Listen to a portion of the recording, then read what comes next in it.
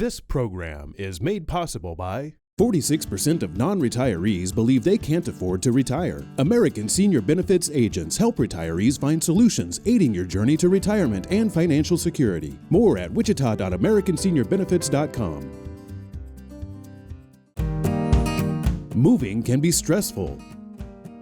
Whether your move is local or long distance, Two Men in a Truck can help. More at twomen.com. Are you a wartime veteran ages 73 to 85?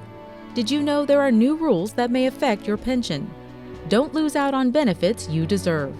Our team serves you because you served us. Contact Long-Term Care for Veterans today. King Senior Solutions, educating clients and offering solutions for Medicare beneficiaries. Personally selecting the plan that fits your needs. More at kingseniorsolutions.com. King Senior Solutions supports KPTS.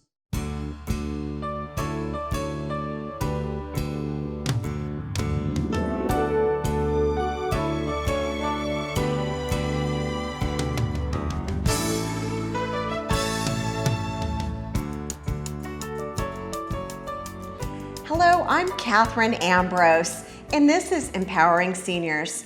We're back for part 2 with Mitzi Beech, author of Design Smart's Inspiration for Home Plus Life. Mitzi, thank you so much for having us in your gorgeous studio. I love having you here. Thank you. It's just a dream studio, and I'm happy to show it off. Thank and you. I know you worked on writing your book in this very room. Oh, yes. Hour, day, month. And one thing that you told me was interesting, you mostly have a white room, so when you would have clients here for interior design, your room wasn't competing with what you were talking about. Right. It works like a charm. If I lay out a person's house, plans, rooms, whatever we're working on, but usually there's a lot of color. So obviously, well, not obviously, but for me as a designer, obviously I did not want to have it compete. So the only real color in here are my favorite lights, which some of us remember the candy apples, and that's what they remind me of. So. It's very fun. Yeah. So a very inspirational room for a very inspiring book that you came up with. You. So Design Smarts. Smarts is an acronym. Yes, it is, Katherine. And let's talk about what that stands for. I think that most of us remember things if we have some repetition, something that we can keep referring to. So I wrote the book that you could take whatever section you wanted and read it as a whole or whatever appeals to you. So I'll explain what smarts are. Great. The S is for your spaces. Our spaces directly impact our life. I don't think we give enough credit to how much our homes really do affect our day in and day out life. I could say I could talk for hours, but I'll just say I wrote a book about it because that's what I believe. And no space is benign. It talks to you. It has a negative image or a positive image. Now, when I worked with a doctor, attorney, left, engineers, I've been married to one forever, they may not read on their radar, but most people have an impression. It's like when you meet someone, it's like 2 seconds, you make an impression. When you walk into a home or a room, it's that same thing. So think about it. If you're living in a room day in and day out, or a home, and it gives you a negative, that's not what we want. Right, and that's so interesting. You've been in interior design all of your career. I've been in real estate as a realtor and now doing downsize coaching. I know that is so important what you've said, because residential real estate is pretty much all about emotion. Yes. Engineers would like to think that it's about all the special things that they put into the home. Right. But it's about how the home makes you feel. Exactly. It's an emotional response. An emotional response. Yes. And that's why so many of our decluttering and downsizing clients are under so much stress. They're so overwhelmed because their space doesn't make them feel well. No. And it's like the book, does it give you joy? Very good. So that's the S in SMARTS. Mindsets are our thinking. Our lives directly follow our thinking. If you are a negative person, or you think if your thoughts, your mindset is negative, you're going to have a negative life. If they're positive, your life is going to be positive. And I encourage, and I really believe, stay away from the toxic, negative, complaining people. Now, sometimes you may be married to or have family, and there's ways to block that. But when you have a choice, do not, that's contagious. We want people that are up and encouraging and help us. There's a phrase that if we want to grow, we would want to be with someone 2 or 3 levels above us, and they lift us up. They give us really good smarts, and that's what we want. We don't want, the weather's lousy, this is loud, whatever. And sometimes we have to train ourselves not to be that toxic influence towards others or even towards ourselves. And especially with aging, we can have an ain't it awful attitude, and that's the next one. Our attitude directly affects everything we do or become in life. Charles Swindoll and many other famous people would say, life is, the circumstances are 20%. It's your attitude about that circumstance that is the 80% that makes a difference. So as one ages, yes, the body changes, maybe our environment changes, but our attitude can overrule that and make it still be a positive life. That's good news, because you might as well be as positive as you possibly can. Yes, it's everything. Routines, that's your lifestyle, your personal day-to-day living. I often say it's not about being a size 8. This is balance, wholeness, nothing missing, nothing broken is the phrase. But it is about getting enough sleep, drinking water, exercise, of course. I'm a proponent of healthy eating and exercise, and I have, it's like I'm going to fight it as much as I can. And there's inevitable things about aging, but there are many and most things that we can have a great impact in. And one of the things I just want to mention here quickly is that it has been really proven by the medical authorities and research that it is not, we are not, my dad had cancer, or my mom had heart issues, and it's just a matter of time before that's me. That's not true anymore. We know now routines, your daily lifestyle, attribute 75% to your future well-being. 25% is your genetics that you have a propensity for, but it's not a given that that's going to happen. Then T is togetherness, and this is a biggie. I love the chapters, but this one I think is one of my favorites. And our relationships directly affect our quality of life. I'm a big believer in giving back. Some people say pay it forward, whatever. Leaving a legacy. This makes life rich. We know, the adage, it's more blessed to give than receive. The joy that comes from being involved with other people, other communities, just like when I had the opportunity to speak at the Botanica Gardens. That really was a highlight for me. I loved your people. They were so precious. So that's very important. And you get to choose. And this is an area we'll talk about a little bit with the My 4 and No More. We'll get to that. And then the S is spiritual. And everyone believes in something. And we either believe in our own power or we believe in a divine power. We believe in our career, we believe in our money, we believe, there's all kinds of things. But to have the complete package of moving forward, I felt it necessary to put that in. Let's go a little deeper now.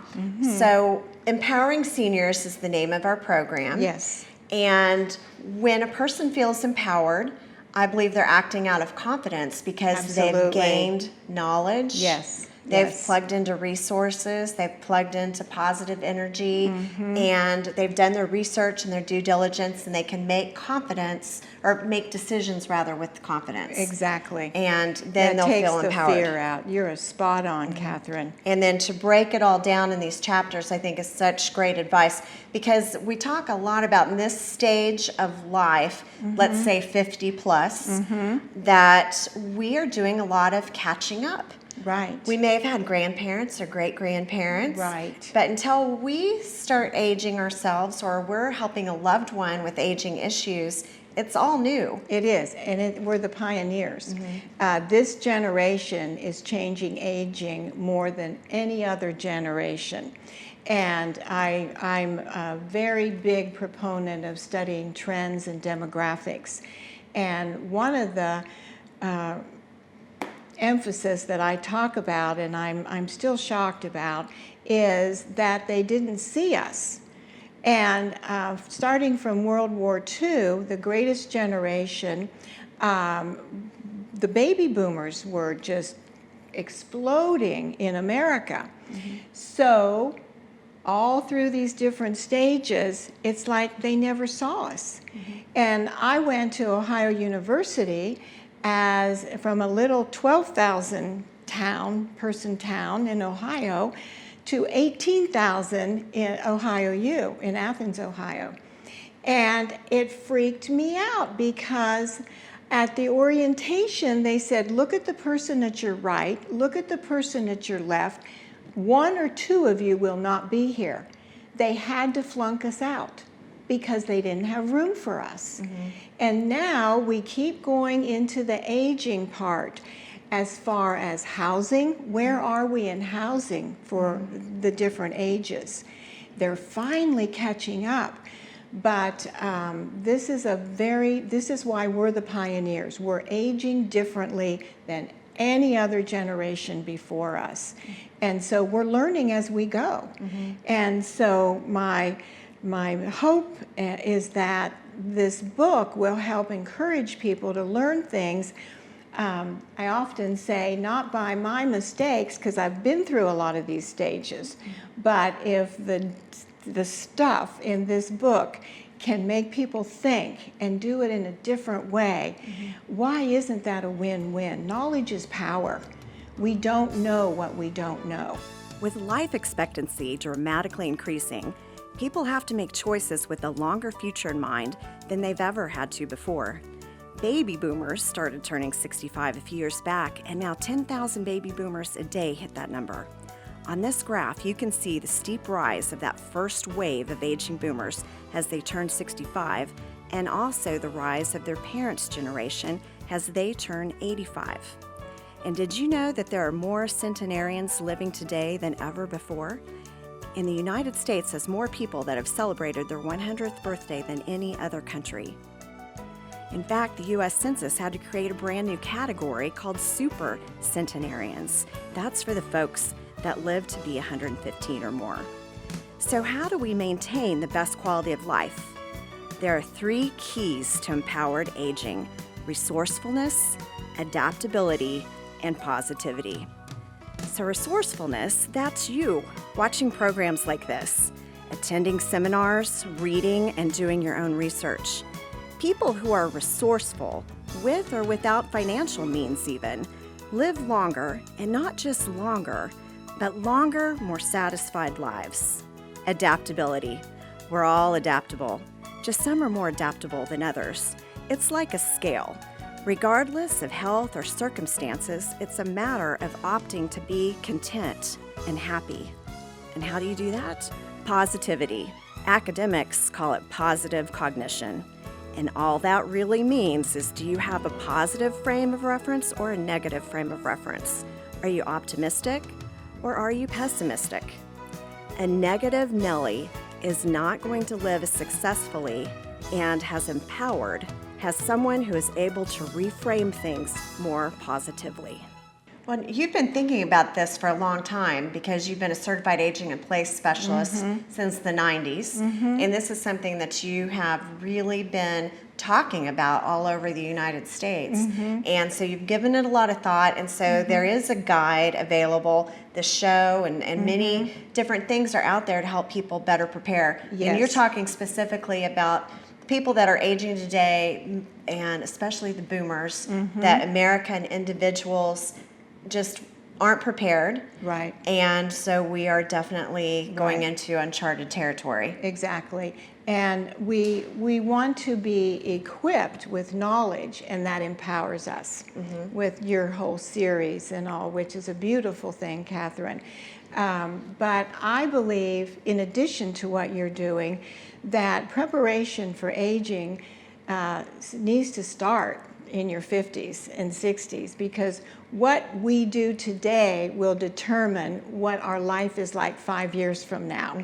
And if you're 70, what you're doing now will determine what you're going to be feeling in your body, your mind. And the saddest thing to me is observing that this despondent resignation, that this is just the way it has to be. It's aging, and everybody's on high blood pressure, and everybody's doing cholesterol, and everybody's this, that, or the other thing.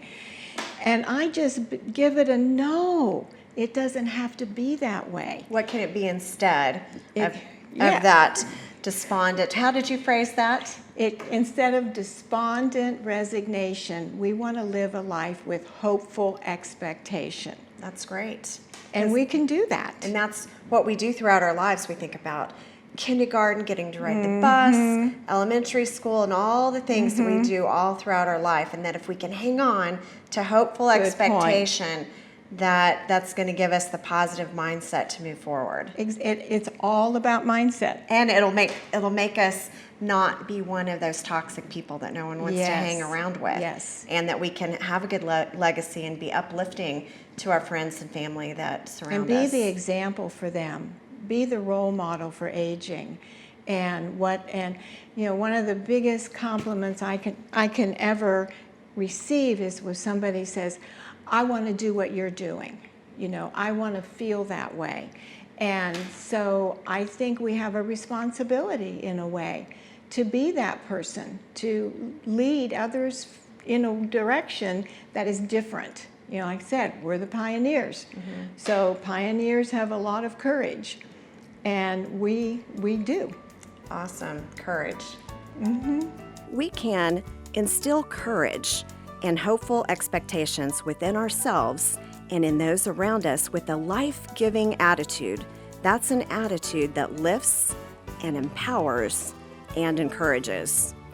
These personal pep talks are vital to how we feel about our life today and our future self. Feelings impact our wellness at an organic level, and feelings impact our decisions and action. You see, logic makes us think, but it's emotion that causes us to act. So we've got to control our thinking and our beliefs, using logic with the purpose of creating positive emotions, positive feelings that compel us to take action, the kind of action that's going to benefit us in the days and years to come. We can influence and design our best life by seeing our life in a positive light. Mitzi, you have a saying, it's for and... My for and no more. And what does that mean? My for and no more. It's a saying around a attitude of whom you choose to give your attention to, whether it's time, attention, money, whatever. And that is a detriment, basically, to living a fuller life, a more exciting life, a life that is full of adventure. Because what happens is life changes, as we're talking about the stages of life. And so if your circle is so tight, their lives are going to change. It's a reality of living. And so a lot of my friends, their life is totally wrapped up in their grandchildren. And whether they're a retired doctor or teacher or whatever it is, that's their emphasis. And then guess what happens? The grandchildren grow up and they're not needed anymore. They're not as, like, whoa, here's grandma and grandpa. The love is always there. The bonding is. I can speak to this from experience. And I have 9 grandchildren, 8 girls, and it's a riot. It's so fun. And, but it's different now. And we text or FaceTime or send letters. They come visit. We go to them. And it's wonderful, but they're not my whole nucleus. Mm-hmm. And so when we move to northeastern Ohio, I'm going to learn pickleball, and I know I'll meet a lot of friends there. Bob and I are going to do more biking and all of that stuff. But beyond that, even now, we're involved in activities. And so I love it when our family says, "You're so busy, I can't find you. Where are you?" And that's a good thing. They tease us, but they know it's not, "Oh my gosh, we haven't had mom and dad over for dinner," because we're living a full life. That allows them, and it also role models again. I was going to say that you're leading by example and showing how you can have a rich life, varied interest, and I know that they must be very proud to have. They may be. They have parents and grandparents like that. They are, because it takes the responsibility off of our grown children have their own lives. And that's another reason to get beyond the my for and no more, because there's a lot of pitfalls in living that type of a life. The other thing I want to mention on aging, for whatever age group it is, Catherine, is I heard a statistic recently that seniors, I don't know the amount of seniors, but the statistic is many will watch 6 to 8 hours of TV a day. That is shocking because, and it's sad, think of what they could be doing even if they are in compromised health. They can be writing letters, they can be, baking for their neighbors, they can do simple little things. Look at all the people in prison that have had remarkable lives because of getting out of themselves. And people that are in hospitals or in terrible physical conditions, but yet they think of others.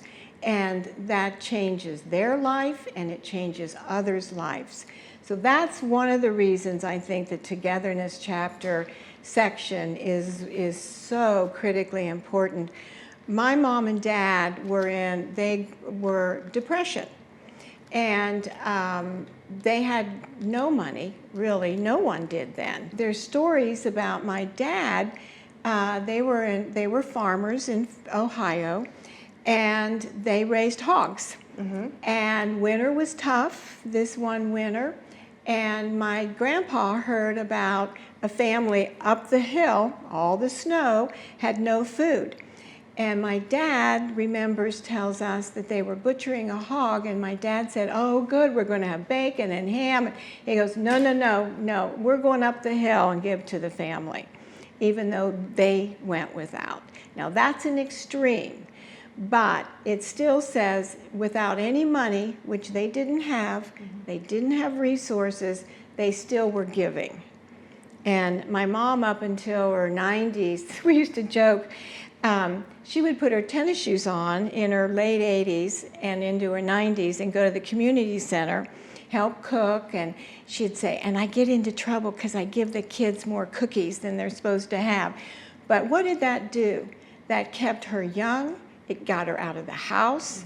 She was in a community of people she didn't know beyond her my for and no more.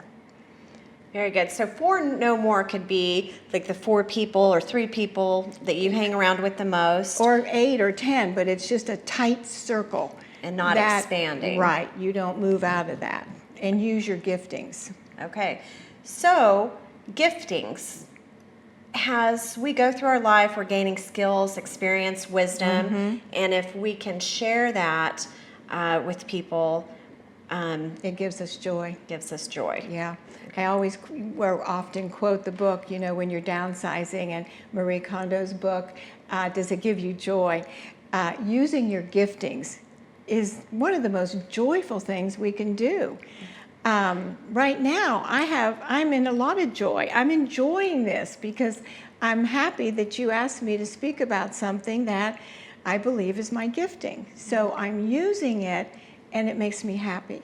Well, and we appreciate that, because what we're wanting to do is inspire others. Yes. By sharing all this knowledge that you've brought together, and hopefully it's uplifting and Hopefully, yes, that's the will reason. cause people to maybe smile a little more. Yes. Take a little more action, go do something fun. Yes. And to be that fun person to be around as much as possible, and so they can attract that joy to themselves. Yes, that's exactly the point. Mitzi, thank you so much. And thank you for watching Empowering Seniors, and we'll see you next time.